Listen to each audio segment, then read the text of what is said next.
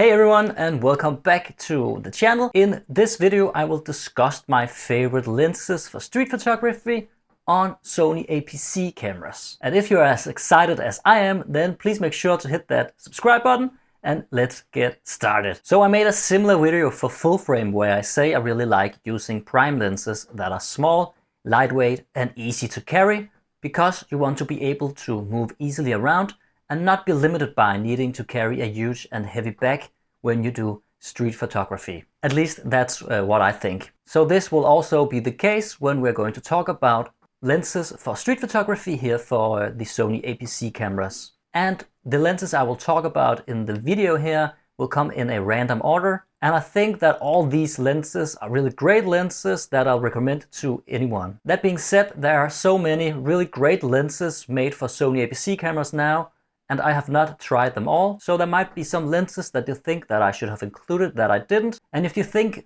these are missing, then why not write it down in the comment section and share it with everybody that watches this video. Now let's get started.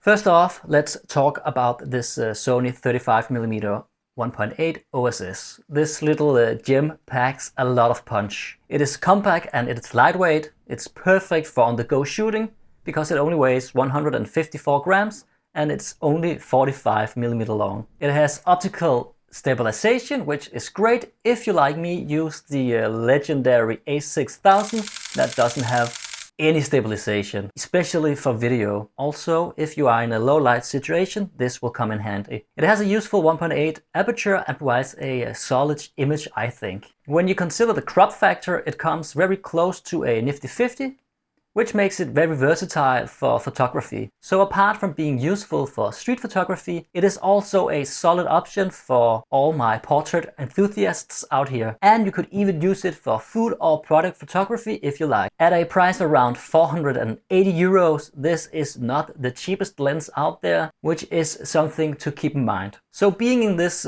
similar focal length, I also think it is worth mentioning this Sigma lens here. This is the Sigma 30mm 1.4, because this prime lens is a must to have if you have an APC Sony camera or any of the other brands out there, because they make these lenses for almost every brand out there. With its wide aperture of 1.4, it is perfect for those dreamy portraits and low light situations. The Sigma 30mm delivers stunning bokeh, that creamy background bokeh that we all love. And on top of that, it is really sharp. It is a little bit bigger and also a little bit heavier than the Sony lens that we just talked about, but the price is also a bit cheaper, only around 388 euro, which I think is a really good price for a top quality lens. For the money you get a metal built lens that weighs around 265 grams and it is around 73.3mm long. And also the video performance is really good for this lens, I think. Like the Sony, it has a focal length compared to a nifty 50 and it will work great for street photography,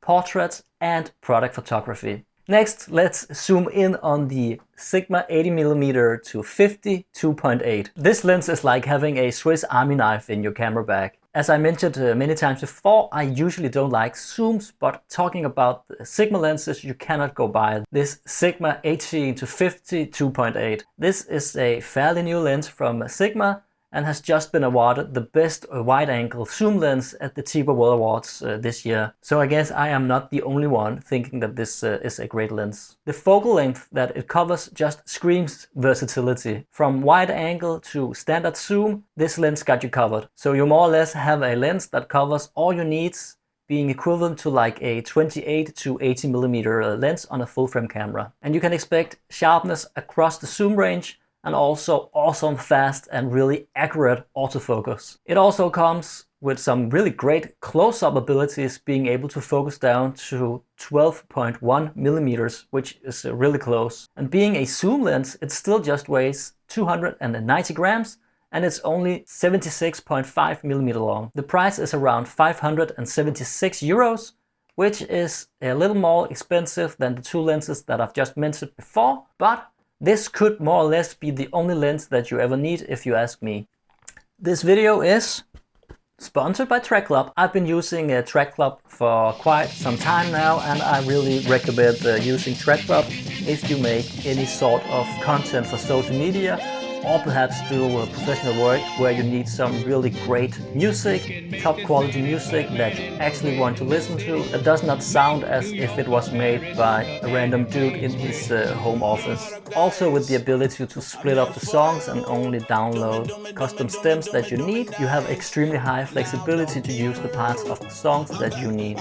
You also have the ability to slow up or slow down the songs if the beats per minute doesn't match the intention of your video project. Track Club offers various plans for your needs, so I definitely think you should go and check them out. If you use the link in the description down here, you will get a month free trial of use. I hope you enjoy Track Club. I certainly do. Thanks, Track Club. The next lens I'm going to mention is the Sony 50mm 1.8 FE, and I know this is a video for APC cameras, but although that this lens is designed for full frame, I still think that this is a solid option for an APC body, and there really isn't any disadvantages of using this lens for your APC camera. And if you want to understand the difference on using APC lenses on full frame and vice versa, you can watch this video that I made about the topic. It comes up here right now. So back to the Nifty 50, which will be equivalent to like an 80mm on an APC-sensor camera. It's just a really light and a really cheap lens that just works really well for photography, if you ask me. It only weighs 186 grams and it's around 60mm long, and the price is just 188 euros, which is insane for a native Sony lens, if you ask me. And I think that the lens delivers really sharp photos, and I use this lens quite a lot for myself. And of course, it's not perfect. It does have some chromatic aberration, and it is not ideal for video, but the value for money on this lens is just insane, if you ask me. There is also a APC equivalent to this lens, but it's a lot more expensive, and although that I have read great things about it, I haven't used it, so I'm not going to recommend it in this video. With the 80mm focal length, you get a little bit closer to the subjects, and it also makes it more like a portrait lens, which I think it works very well for, delivering some really great blurred out backgrounds with some delicious bokeh as well. Lastly but not least, I will also recommend the Sony 85mm 1.8.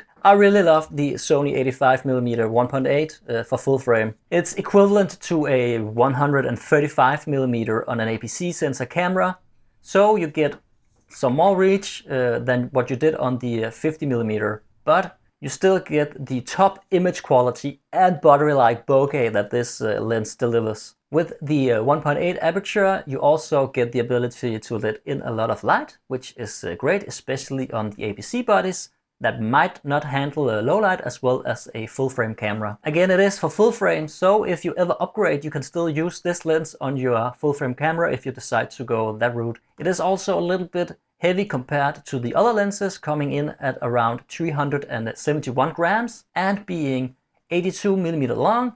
This is the longest lens that I have talked about so far. But you also get the ability to punch in a bit more than any of the other lenses that I have mentioned so far in this video. At a price point around 470 euro, I think this is pretty decent, especially when you consider the quality that this lens delivers. In my opinion, this lens performs just as well as the G Master 1.4 version. So there you have it, folks. We explored the Sigma, the Sony, and some Sony FE lenses, each with its unique charm. So which lens caught your eye? Let me know in the comments below. If you enjoyed the video, please don't forget to hit that subscribe button and give it a thumbs up.